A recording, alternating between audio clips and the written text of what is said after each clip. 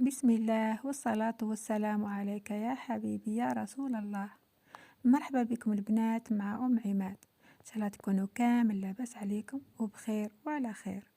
وصفتنا اليوم راح تكون حلوة ومعسلة، اللي هي وصفة خبز الباي.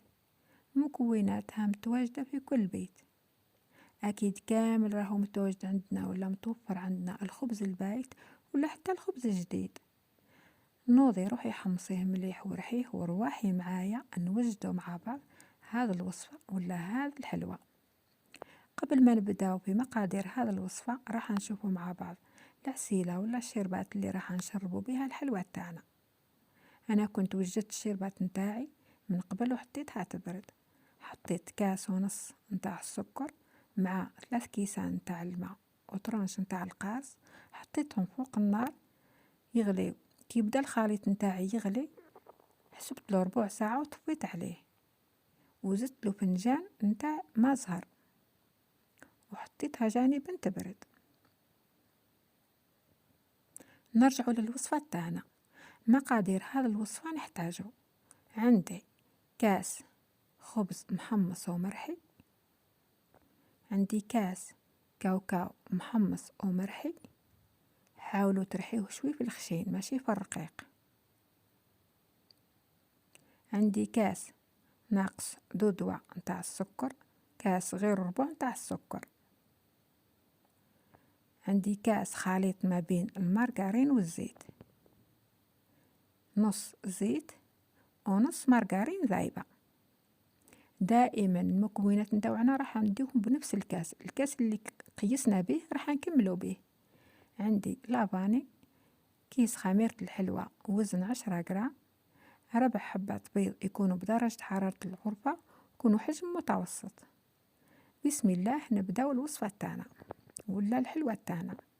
عندي 4 حبات بيض حجم متوسط، راح نزيد عليهم كاس غير ربع نتاع السكر، ونزيد عليهم كاس خليط ما بين المارغرين والزيت، نص زيت ونص مارغرين ذايبة.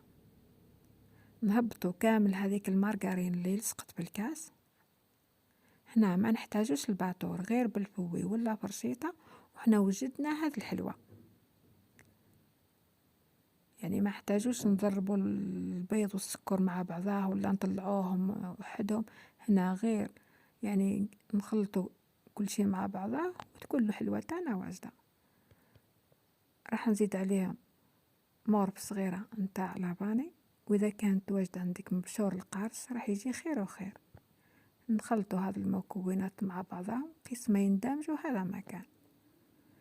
نزيد عليهم كاس خبز محمص ومرحي، كاس يكون معمر مليح، يعني الكاس نتاعك حاولي تعمريه مليح. نزيد عليهم كاس معمر مليح كاوكاو محمص ومرحي في الخشين، يعني ماشي في الرقيق. نزيد كيس خميرة الحلوى. هنا راح نغربلو الخميرة نتاعنا. انت اذا كانت متوفرة عندك الخميرة نتاع الميزان ادي 10 غرام. نغربلو الخميرة نتاعنا باش نتفاداو هذوك الحبيبات اللي يجيو بالخميرة بهذا الشكل.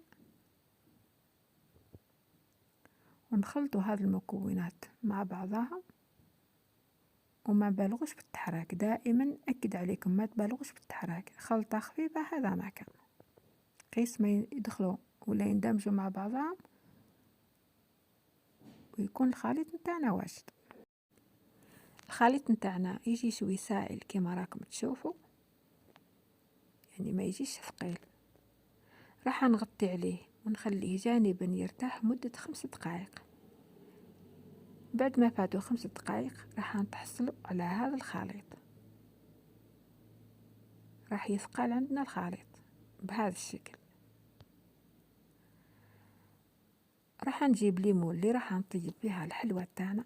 انا خيرت هذا الليمون، خيرت لي رامكان تاع الفخار اللي يجيو بهذا الشكل. وانتي اكيد الشيء اللي متوفر عندك سواء فردي ولا حجم كبير. راح نوزع كامل هذاك الخليط على هذه القوالب. انا كل وحده حطيت فيها حوالي 2 مغارف كبار ما تحاولوش تعمروهم للفوق، لانه هذا الخليط فيه الخميرة اكيد راح يتضاعف الحجم تاعهم. انت اذا كنتي حابة ديري يعني كمية صغيرة، افراد العائلة تاعك يعني قلال وحبيتي ديري غير كونتيتي صغيرة، ما عليك غير تنقصي في الكاس، ديري الكاس ادي الكاس يكون صغير، يعني الحجم تاعو يكون صغير. انا هنا هاد الكمية عطات لي 6 من هاد القوالب، وقعد لي قيس ما يدير لي وحدة. راح نسقمهم مليح بهذا الشكل باش ما تجينيش جهة طالعة وجهة هابطة. الفرن تاعي كنت سخنته من قبل على 180 درجة مئوية، وهذه الحلوة ما تديلناش كامل الوقت، 10 دقائق وتكون واجدة، لأن كل شيء راهو فيها طايب. هنا بعد ما فاتوا 10 دقائق الحلوة نتاعي راهي واجدة. أنا هنا بالضبط داتني 12 دقيقة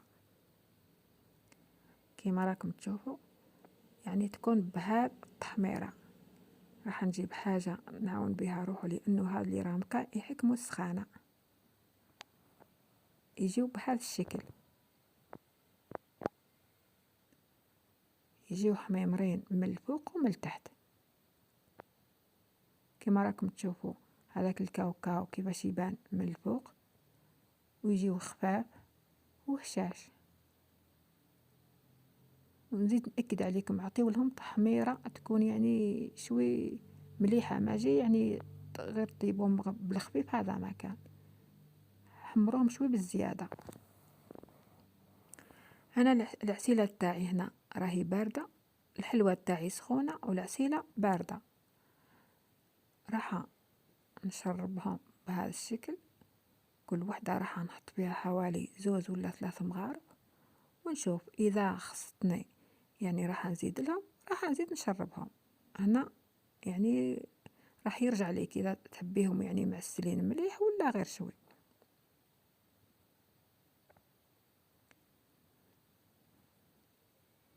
انا زينتهم بهذا الشكل، وانتي اكيد الشيء اللي متوفر عندك. اذا كنتي حابة تزينيهم بالكاوكاو ولا لوز ايبيلي ولا كيما انا غير بيستاش من الفوق، يعني ماشي بيستاش، كاوكاو ملون. هنا راح نوجد لكم نوجد لكم، واش راح نوجد لكم، راح نذوق معاكم باش تشوفوها كيفاش تجي بهذا الشكل، يعني تجي معسلة حتى للقلب كما راكم تشوفوا، وتجي بهذا اللون. يعني الكاوكاو نتاعكم كي تحمصوه حاولوا تحمصوه شوي بالزيادة باش تحصلوا على هذا اللون. والبنة ما تقولي عليها بسبوسة، ما تقولي عليها قلب اللوز، تهبل يا البنات. نتمنى تجربوها وحطوا هذه الوصفة في عينيكم، أكيد أكيد راح تلزمكم في سهراتكم الرمضانية إن شاء الله. وصفة ما تديش كامل الوقت، ومقاديرها جد جد بسيطة. نتمنى تخليوا لي تعليقاتكم، وما تنسونيش بهذاك الجام الصغير. والسلام عليكم ورحمة الله وبركاته.